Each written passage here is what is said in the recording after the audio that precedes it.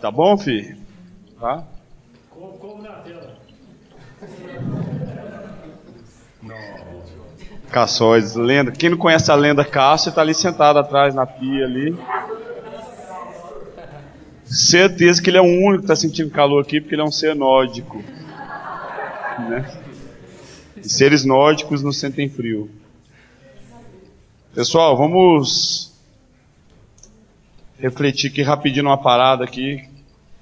Como está cheio de visitante aqui, a gente podia falar de unidade, a gente podia falar de amizade, nós poderíamos falar sobre o tribal, né? Mas há muito tempo nessa igreja a gente tem falado de morte. Então nós vamos falar de morte de novo, né?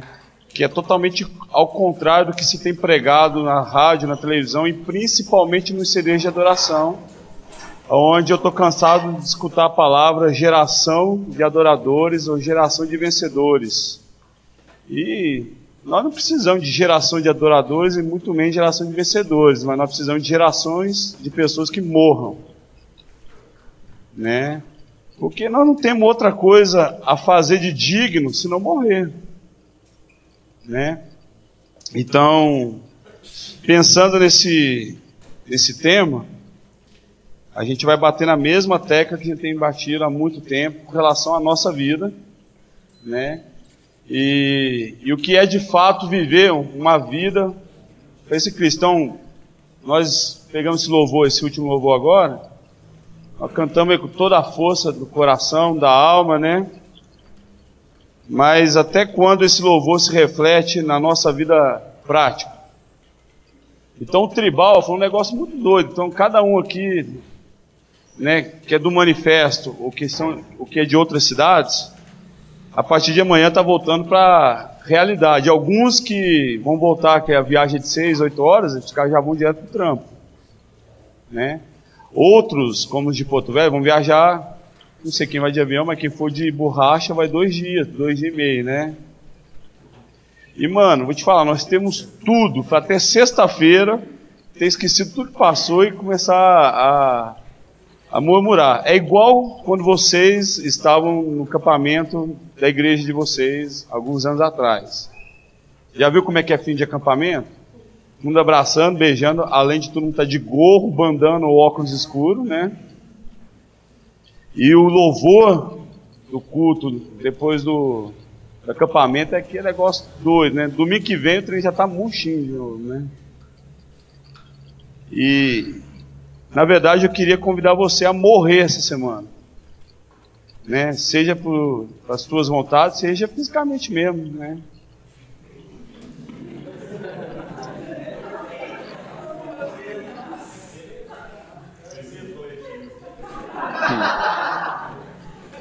Metanoia de... Me ajuda, Rod, você que é velho. 2008. Também, o Altair é velho também. Metanoia de 2008, Vitória do Espírito Santo. Foi bom, é igual o tribal assim, a galera se reúne. Aliás, muita gente aqui se reúne 3, 4 vezes no ano. Nós temos o ajuntamento das tribos de setembro, né, lá no Rio. Nosso amigo Ferrugem está ali. Nós vamos ter o Senuc em novembro.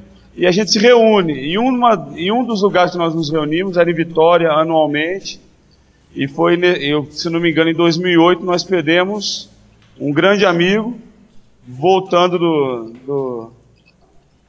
do Metanoia, que foi o pastor Jesus, que foi ficar com Jesus, no trocadilho, e ele não vai achar ruim dessa piada, não acharia, porque ele tinha certeza de onde ele ia, ele tinha certeza da vida dele, do que ele fazia, ele entregou a vida dele completa para Jesus. E com certeza ele morreu, o Senhor permitiu que ele morresse depois que ele cumpriu toda a obra que ele tinha que fazer. Uma semana depois morreu o Fábio, outra inspiração para muitos de nós aqui, morreu lá em Cuba, seu corpo demorou quase um mês para voltar para o Brasil, e morreu também né, fazendo aquilo que era a vida dele, né? E essa semana eu recebi uma mensagem que eu queria ler para vocês. Tem tudo a ver com o que o Ariovaldo anda escrevendo nos textos dele na internet, do que eu tenho escrito e do que nós temos pregado aqui no manifesto. Não vou dizer o nome do cara, obviamente, mas muitos aqui eu já mostrei esse e-mail, né? Essa é a mensagem. Eu queria ler para vocês.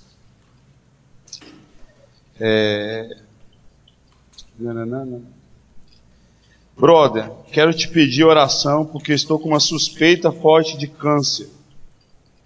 Estou indo para São Paulo daqui a pouco e semana que vem vou receber o veredicto. Brother, não te peço nem que insista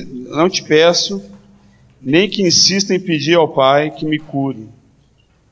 Mas como diz o nosso irmão Ariovaldo, que é esse aqui que está do lado, que eu tenha uma morte digna, se for o caso. Que eu não volte a fazer merda, dar mau testemunho, sendo um covarde diante de todas as situações.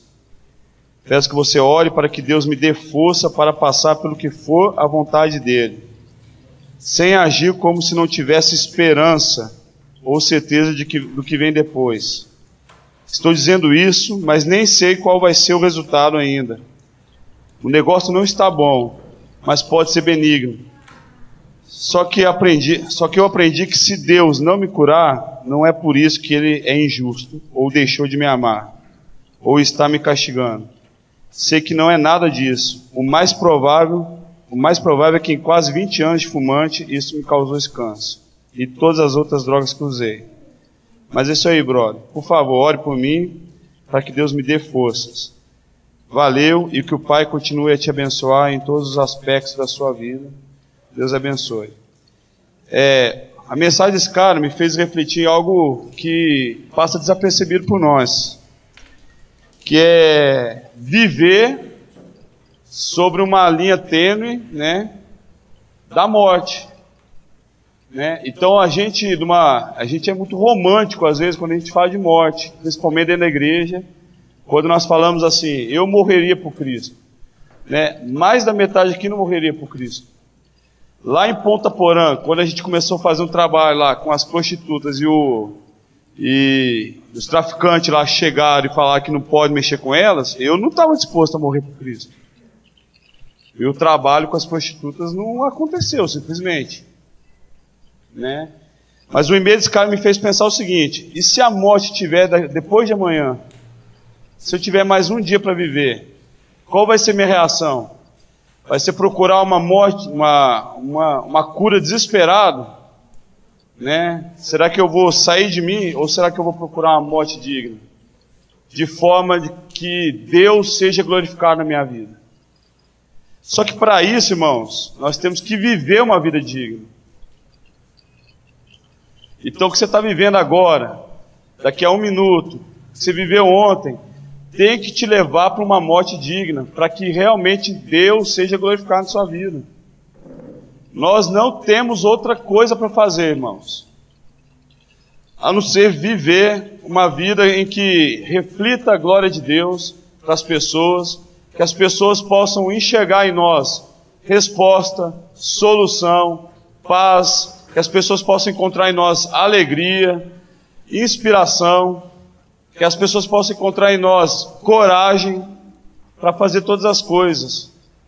Nós não temos condições mais de repartir a nossa vida, né, em classes, em subgêneros de coisas, como se a nossa vida fosse capaz de fazer isso.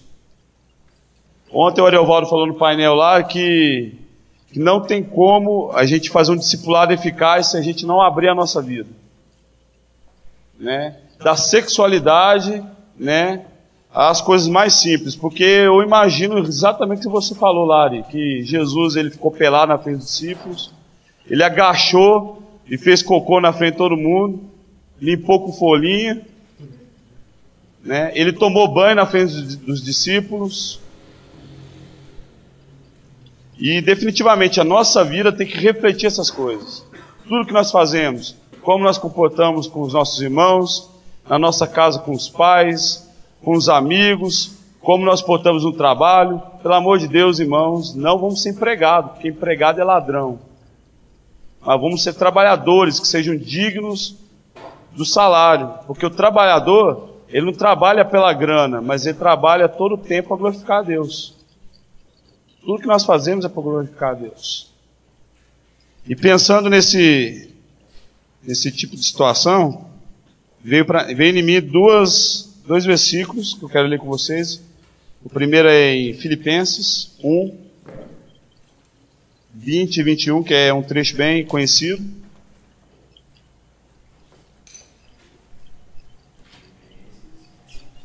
Capítulo 1, versículo 20 e 21. Aguardo ansiosamente e espero que em nada serei envergonhado. Pelo contrário, toda a determinação de sempre, também agora em Cristo, será engrandecido em meu corpo, quer pela vida, quer pela morte. Porque para mim o viver é Cristo e o morrer é lucro. E também Atos 20, 24.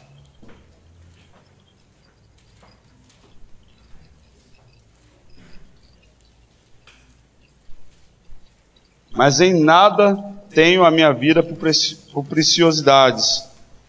Contudo que cumpra com alegria a minha carreira e o ministério que recebi do Senhor Jesus para dar testemunho do Evangelho da graça de Deus.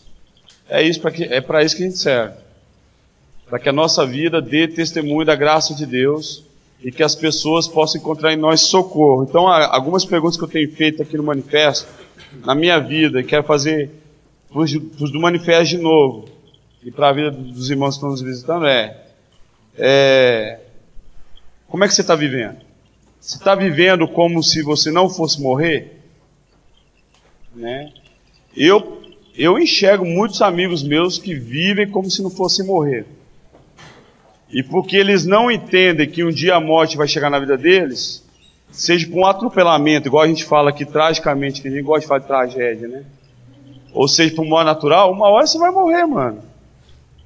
E você tem que viver como se cada minuto fosse o último de sua vida. E isso te exige intensidade. Intensidade em conhecimento do Senhor, em intimidade com o Senhor, em amar as pessoas que estão ao seu redor, amar a família, amar os amigos, né? E amar inclusive o desconhecido. Né? As pessoas, elas acham que são eternas e por isso elas praticam coisa na vida delas como se não tivesse a morte por vir. Outra coisa é viver pelo quê? Qual que é o seu ideal? Né? Qual que é a sua meta? A gente tem que falar de graça aqui na igreja, né? Graça é tudo no reino de Deus e tudo na vida do cristão. É exatamente fazer pelo desconhecido, e até mesmo por quem você mais odeia, aquilo que ela não merece. Amor. Foi exatamente o que Cristo fez por nós na cruz. Nos amou, mesmo nós não amando Ele. E muitas vezes nós falamos que o aceitamos, muitas vezes nós falamos que o seguimos, mas de fato não o amamos. Porque a nossa vida nem sempre tem sido integralmente para Ele. E aí saem mentiras da nossa boca, né? Aí sai libertinagem da nossa vida. E nós aqui, né, irmãos, que nós temos uma tendência um pouco, presta atenção que eu vou falar, hein, gente? Liberalista, entre aspas, né? Nós temos uma tendência a achar que nada é pecado.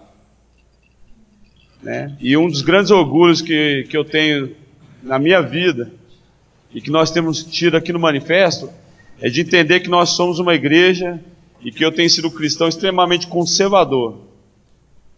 E ser conservador, ser tradicional, não significa ser contra tatuagens, contra cabelo grande, né, contra piercing, mas é ser extremamente radical naquilo que é a palavra de Deus, sem negociação alguma.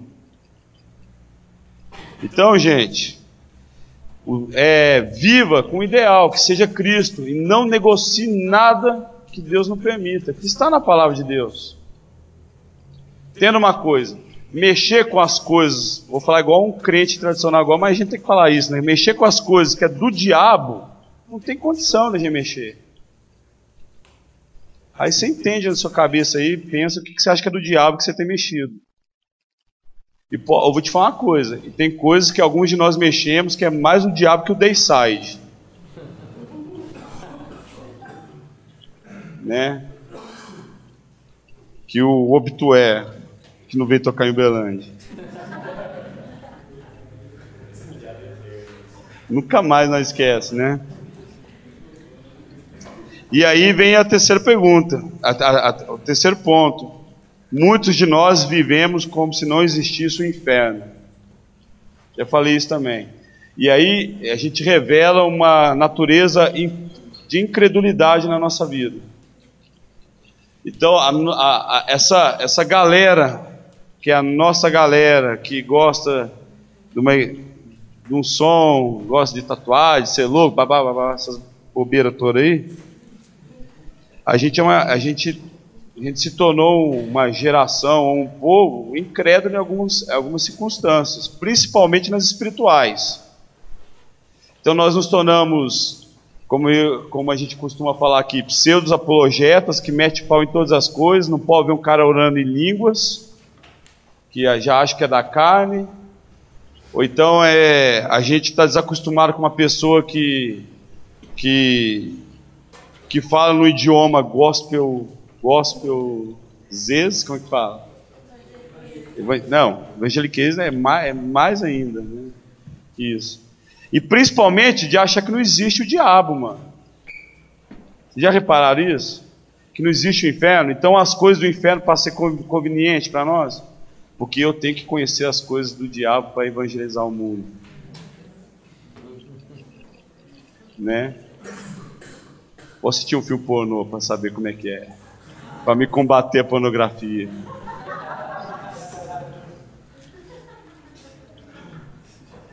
Agora vou tatuar no meu corpo um demônio segurando a cabeça de Cristo, só para me evangelizar os satanistas. E aí você vai cometendo algumas coisas que vai afrontando a fé. E aí a gente vai lá para o primeiro ponto lá, né? Viver como se não houvesse morte. Porque, irmão, se você morrer com conta para pagar, mano, você vai pagar e não vai ser com dinheiro não, mano. Vai ser lá com sua vida lá no fogo. E só tem uma coisa pior, não, que inferno que cheira enxofre, é banheiro de rodoviária. Cheira urina, mas se você for no banheiro de rodoviária, você vai ver como é que é o inferno.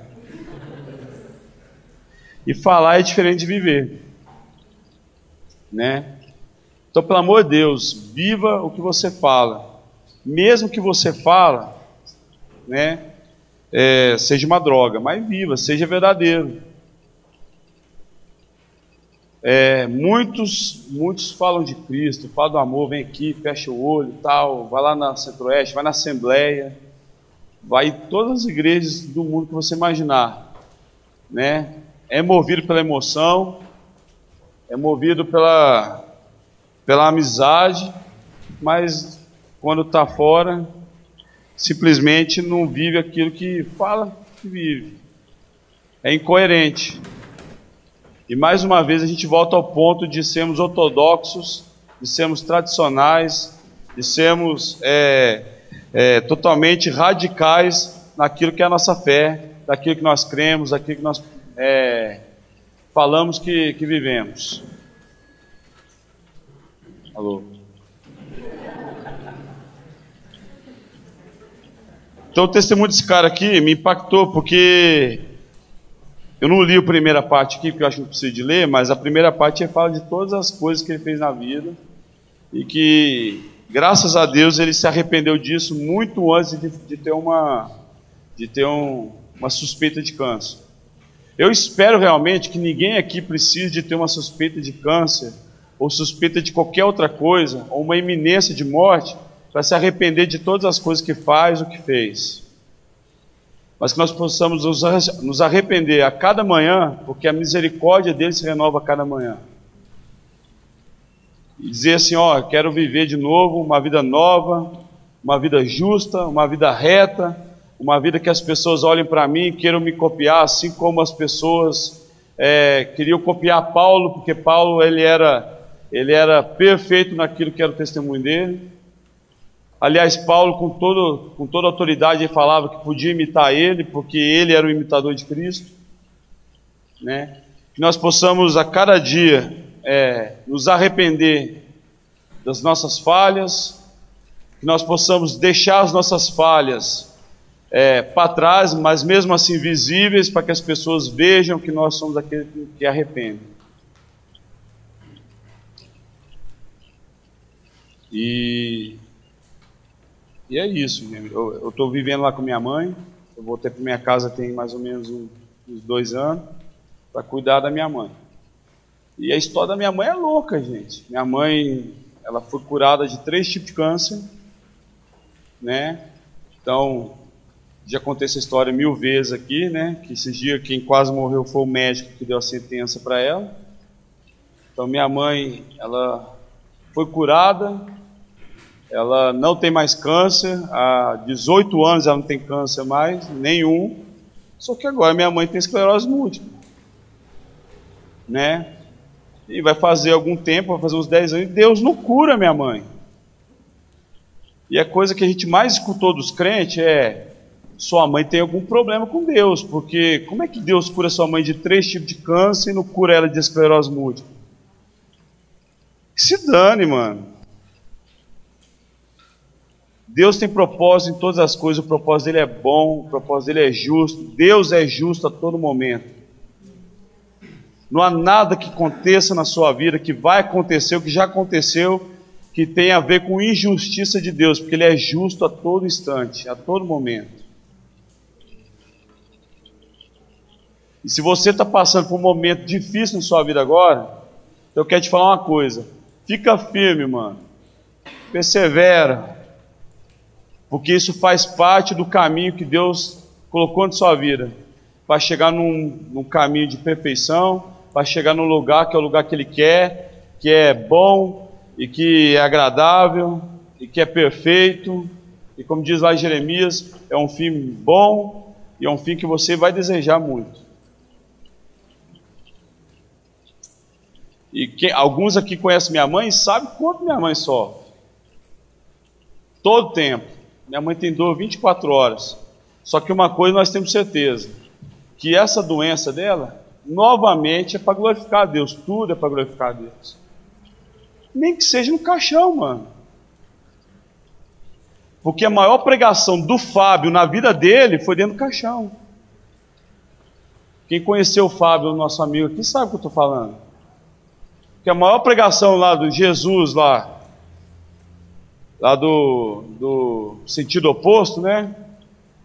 A maior pregação dele foi no caixão, gente. Então nós temos dificuldade com a morte. Nós queremos ser a geração que pula, que dança, a geração tribal, a geração que quer revolucionar a igreja, mas nós não queremos ser a geração que morre. Nós não queremos ser a geração que se contenta, né, que se alegra com o simples fato de nós termos Deus na nossa vida. Nós queremos ter Deus e regalias. Enquanto muitas pregações diz, né, o Arioval pregou isso semana passada, nós temos que fazer mais e mais e mais para que a gente ganhe galadão, né? Nós cantamos aqui hoje que nós entendemos que Deus é o nosso galadão, não precisamos mais nada. E viver com convicção significa o seguinte: estou pronto para morrer, porque eu não tenho dúvida para onde eu vou. Então, meu irmão, tira a dúvida do seu coração para onde você vai. Vive uma vida reta. Vive uma vida com um ideal, com um propósito. E você vai ter certeza absoluta de onde você vai. E se você viver dessa forma, Você vai encorajar os seus irmãos a viver pronto para morrer e vai glorificar a Deus em todas as coisas. Só para encerrar, eu gosto das nossas orações quando a gente viaja, né? Então a gente nunca ora para Deus nos proteger na viagem, né? Porque não é que é um calvinismo extremo, né? Mas a gente fala assim, mas se Deus sabe todas as coisas, então para que vai adiantar, né? Mas nós pega e a gente olha diferente, né, Ari? Nós fala assim, Deus, você usa a gente, tenha misericórdia da nossa vida, seja pregando no lugar que a gente vai, seja capotando o carro.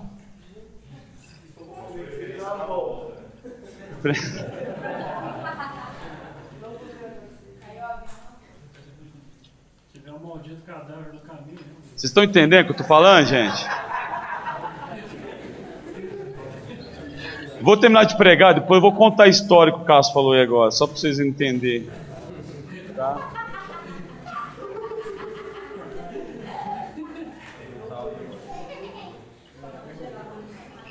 Faltou o Geraldo, né? Deve estar pregando lá no Luiz Elias agora.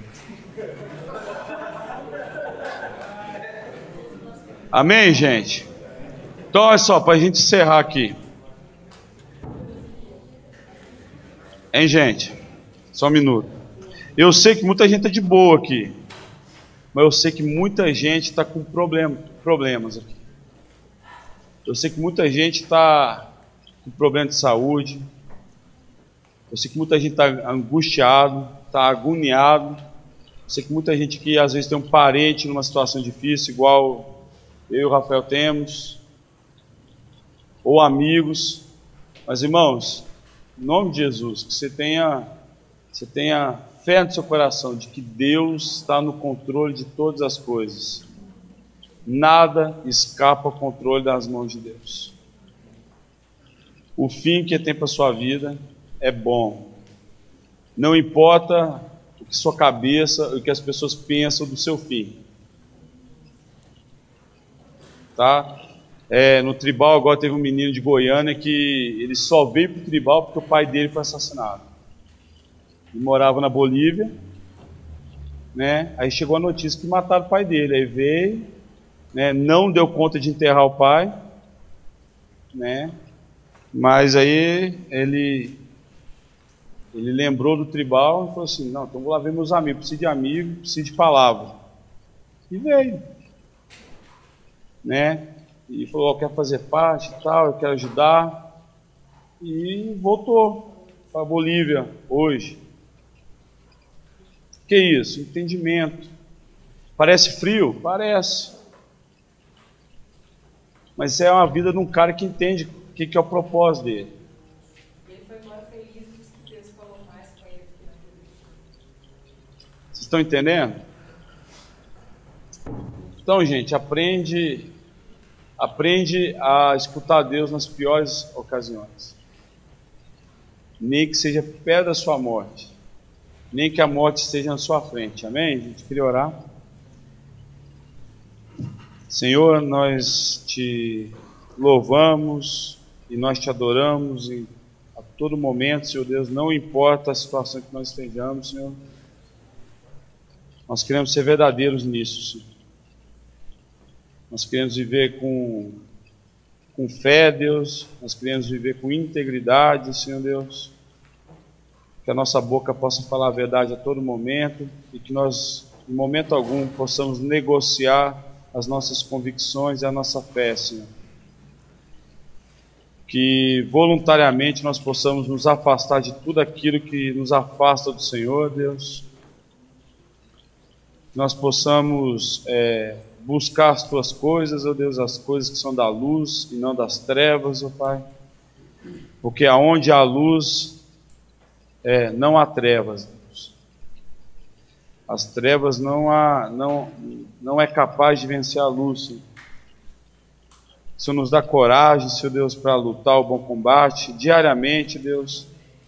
Cumprir a carreira, Senhor Deus, como diz Paulo, guardar a fé em todo momento, Senhor, para que nós não sejamos pegos de surpresa, Deus. Nós possamos viver preparados para todas as coisas, Deus. Que afinal de contas, para aqueles que te seguem de fato, Deus. Para nós está tudo certo, Deus. Afinal, nem a morte, nem a angústia, nada poderá nos separar do teu amor, Deus. Nada, Senhor. Então, que o Senhor abençoe cada um aqui, Deus, com graça, com paz, com alegria, com saúde, Deus, com provisão, ânimo e também com luta, Senhor Deus. Com muita luta, porque o dia que a gente parar de lutar, Senhor Deus, é porque alguma coisa está errada, nós estamos fora do Senhor, Deus. E é na luta que a gente aprende a vencer cada dia. Nós te damos toda a honra e toda a glória, Senhor. Amém.